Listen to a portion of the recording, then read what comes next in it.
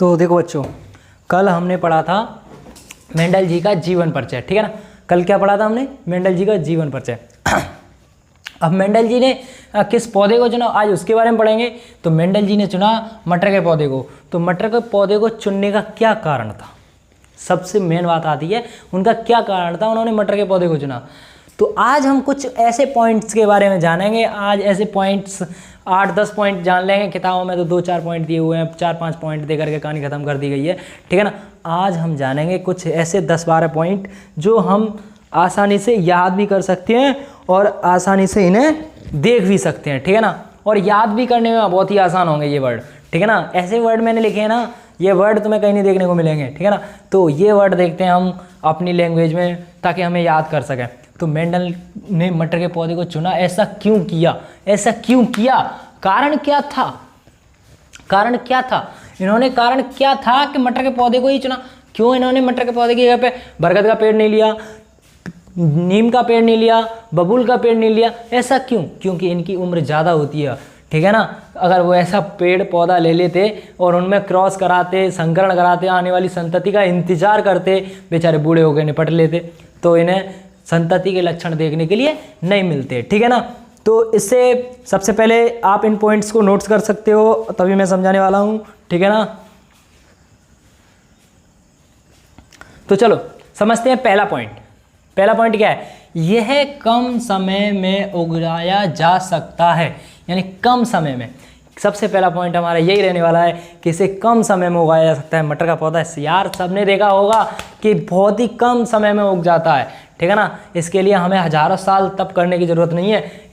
1-2 साल, 4-5 साल, 6 महीने, 8-10 महीने, मतलब ऐसा नहीं है कि 50-50 साल तक पेड़ जीवित रहते हैं तो उनका इंतजार करना पड़े। जैसे बरगद का पेड़ है 200 साल तक कौन जिएगा? हज़ारों साल तक पेड़ नहीं मरते, ठीक है ना।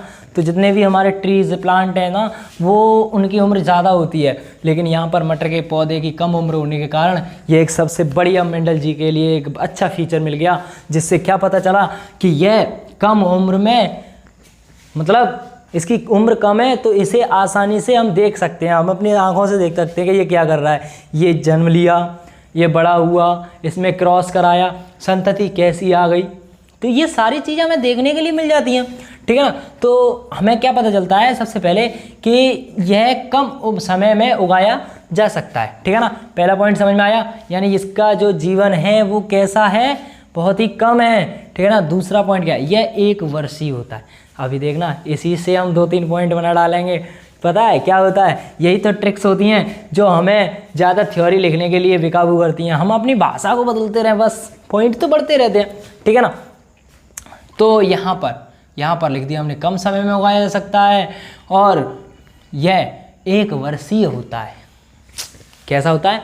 1 वर्षीय होता है। तो ये पौधा कैसा होता है? 1 वर्षीय। बाकी पौधे क्या है? 2-2 साल, 50-50 साल, 15 साल, 20 साल, 150 साल, 200 साल, 1000 साल, कौन इतना वेट करेगा? यानी मेंडल जी की सफलता के लिए ये एक मुख्य कारण रहा, जिसमें क्या कहा जाता है कि मटर के पौधे को चुनने का कारण यही था कि वो कम आयु काल का होता है।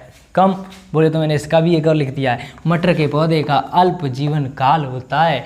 अल्प जीवन यानी अल्प आयु काल होता है, यानी बहुत कम समय में इस पौधे की पूरी जीवन की गाथा पूर्ण हो जाती है, ठीक है ना।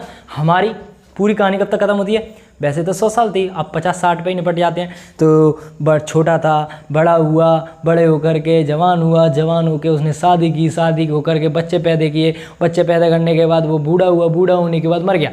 यानी ये पूरी साइकिल थी ना, क्या थी? Life span. ये क्या थी? साइकिल। तो ऐसे ही मटर के जीवन का जो जीवन है वो अल्प जीवन काल होता है। कैसा? 1 वर्षीय, जो कि कम समय में उगाया जा सकता है। ज़्यादा समय भी नहीं लगेगा उगने में, बस डालो 1-2 दिन में ही वो उग करके तैयार हो जाए। अब ये थोड़ी ना कह दिया वो फ्रूट देने लगेगा 1-2 दिन में ही, मतलब और पौधों की अपेक्षा ये जल्दी ही उग जाता है, ठीक है ना। तो मेंडल ने मटर के पौधे के चुनने के लिए ये कारण रहे। पहला कारण, दूसरा कारण, तीसरा कारण तो सबके समझ में आया। चौथा कारण, सर जी क्या पढ़ा रहे हो? मटर के पौधे को किसी भी मौसम में उगाया जा सकता है, ठीक है। गेहूँ देखें सर्दियों में उगाए जाते हैं, बाजरा देखा है सिर्फ और सिर्फ गर्मियों में उगाए जाते हैं। तो भैया मटर के ऐसे पौधे का कोई ऐसा लफड़ा नहीं है कि इसे कि सर्दी होगी कि गर्मी होगी कि बारिश होगी तभी उगाया जाएगा। इसे किसी भी मौसम में उगाओ, इससे कोई फ़र्क नहीं पड़ता, ये सभी मौसम में उग सकता है, इससे मौसम पर कोई प्रभाव नहीं पड़ता, ठीक है ना। तो इसे किसी भी मौसम में उगाया जा सकता है। मटर के पौधे को किसी भी मृदा में उगाया जा सकता है। कुछ कुछ पौधे ऐसे होते हैं जो चिकनी मिट्टी में होते हैं, कुछ कुछ पौधे ऐसे होते हैं कि पीली मिट्टी में, कुछ कुछ काली मिट्टी में, कुछ कुछ कीचड़ वाली में, कुछ कुछ देखा हुआ कि बलुई मिट्टी में भी होते हैं, ठीक है ना। तो सब पौधों के अपने अपने अलग अलग फीचर होते हैं और अलग अलग जगह पर अलग अलग वर्कआउट करते हैं, ठीक है ना। तो इस पौधे को भैया मटर का पौधा एक ऐसा पौधा है, इसे किसी भी मृदा में उगाओ वहीं पर उगेगा, ठीक है ना, किसी भी मृदा में उगेगा, ठीक है ना। अगला पॉइंट हमारा क्या है, मटर के पौधों में स्वयं परागण तथा पर परागण कराया जा सकता है। जा मैं लटक गए सज्जी हम तो जी कहा कह दो। देखो स्वयं परागण और पर परागण ये है क्या, देखो मैं तो बता दूं। स्वयंपोषी परपोषी सुने हो, सबने सुना होगा, ठीक है ना। स्वयंपोषी यानी खाना स्वयं बनाने वाले, ठीक है ना, और परपोषी दूसरों पर आश्रित रहने वाले, यानी पेड़ पौधे स्वयं खाना बनाते हैं, वो स्वयं पर आधारित है, यानी स्वयंपोषी है। और परपोषी यानी हम पेड़ पौधों पर आधारित हैं, मांस पर आधारित हैं, तो हम कैसे हुए, परपोषी हुए, ठीक है ना। तो वैसे ही परागण, परागण क्या होता है, देखो ये कोई पुष्प है, ये कोई पुष्प है, क्या है, ये कोई पुष्प है। ऐसा फूल देखे हैं गुड़हल का, क्या देखे हैं, फूल का, गुड़हल का। तो ये होता है स्त्री केसर, क्या होता है, स्त्री केसर। ये होता है पुंकेसर, क्या होता है, पुंकेसर। तो फूल के परागकण अपने ही जायांग पर गिरकर निषेचित हो जाते हैं, पराग नलिका का निर्माण करते हैं। ये पढ़ाऊंगा आगे चैप्टर्स में पढ़ाऊंगा, लेकिन अभी के लिए सुन लो। पुष्प के परागकण ये क्या होते हैं, परागकण, क्या होते हैं, परागकण। पुष्प के परागकण अपने ही जायांग पर गिर जाते हैं और नए फल का निर्माण कर देते हैं, वह क्या कहलाता है, स्वयं परागण, ठीक है। तो भैया स्वयं परागण तो समझ में आ गया सर जी। अब ये फूलते क्या कहते हैं, क्रॉस कर ले तो है और तो आ जातो है और समझ में आ जातो है कि हाँ स्वयं परागण है। लेकिन पर परागण क्या है, पर परागण, पर परागण क्या है मैं बता दूं। पर परागण में दूसरों पर आश्रित होना, यानी ये फूल का जो परागण है बहुत ही आलसी है, ठीक है ना। क्या है, आलसी है, आलसी है।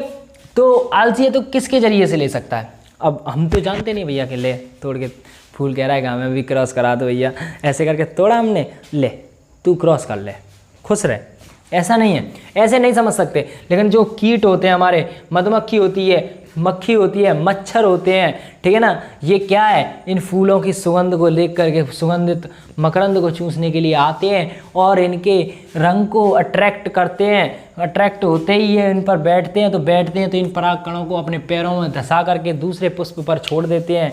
यह क्या कहलाता है, परागकण, यानी पुष्प के परागकण किसी दूसरे पुष्प के जायांग पर गिरते हैं और पराग नलिका का निर्माण करते हैं, वो परागण कहलाता है।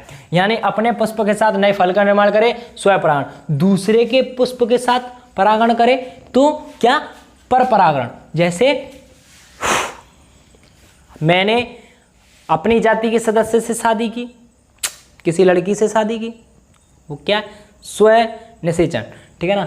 माना कि अरे ये भी उदाहरण सही नहीं है, उदाहरण और भी है।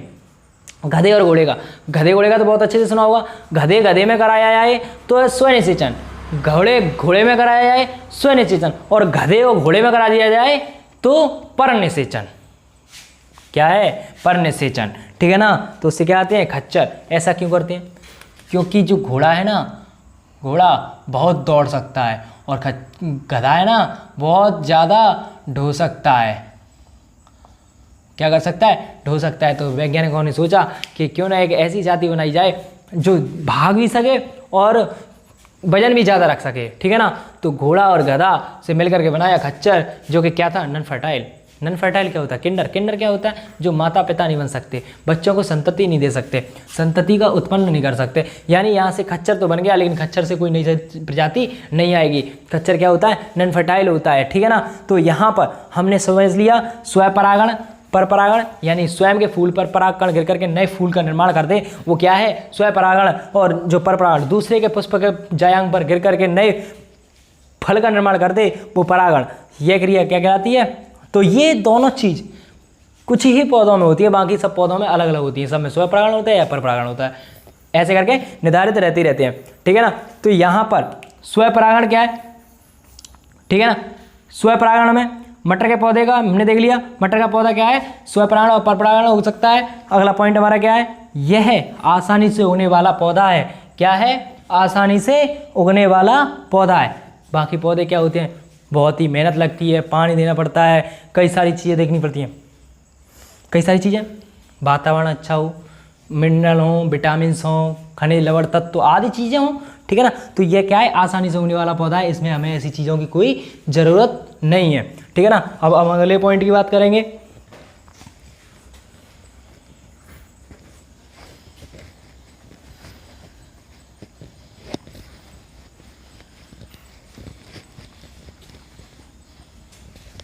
सातवां पॉइंट हो गया। आठवां पॉइंट क्या है, इसे किसी भी मौसम में उगा सकता है, इसे किसी भी मौसम में उगाया जा सकता है। ये एक ऐसा पौधा है जो किसी भी मौसम में उग सकता है। बाकी पौधे कैसे हैं, सर्दियों में उग रहे हैं, गर्मियों में उग रहे हैं। अरे ये मैंने पॉइंट पीछे करा दिया है क्या? चलो नहीं कराया, फिर भी समझ लो, देख लेते हैं, हमें याद नहीं है मैंने कराया नहीं कराया, ठीक है ना। इसे किसी भी मौसम में उगाया जा सकता है, ठीक है ना। इसे किसी भी मौसम में उगाया जा सकता है, मतलब ये नहीं है कि मौसम होना ही होना चाहिए, ठीक है ना।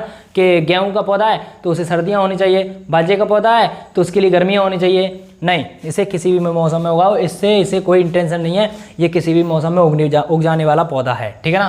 तो ये पॉइंट नंबर 8 हो गया। पॉइंट नंबर 9, संकरण से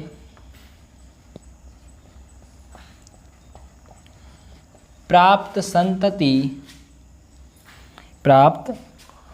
संतति छोड़ो, उर्वरक बीज बनते हैं। क्या बनते हैं? बीज बनते हैं। क्या बनते हैं? यानी देखो, जब मैंने तुम्हें बताया गधे और घोड़े से मिलकर के खच्चर बना, खच्चर कैसा था, नॉन फर्टाइल, लेकिन यहाँ पर जो बीज बनते हैं ना, जो संकरण हम आगे पढ़ेंगे, अगली 2 क्लासें आएंगी तो उनमें हमें संकरण बताया जाएगा। संकरण है क्या? संकरण अभी बता दो, 2 जनकों से प्राप्त संतति क्या कहलाती है? संकर। और जो इसके मध्य हुई क्रिया क्या कहलाई? संकरण, ठीक है ना। तो 2 जनकों के मध्य जो क्रिया होती है ना, वो संकरण कहलाती है। तो 2 जनकों से प्राप्त 2 जनकों के मध्य हुई क्रिया संकरण, संकरण से प्राप्त उर्वरक बीज बनते हैं।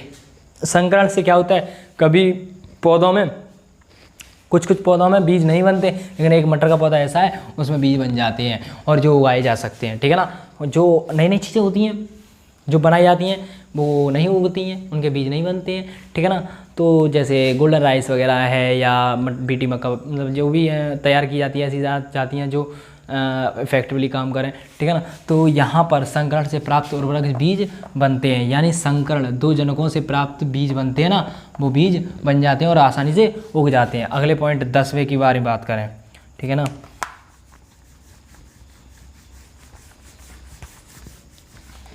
इनमें फूल की आकृति बड़ी पाई जाती है।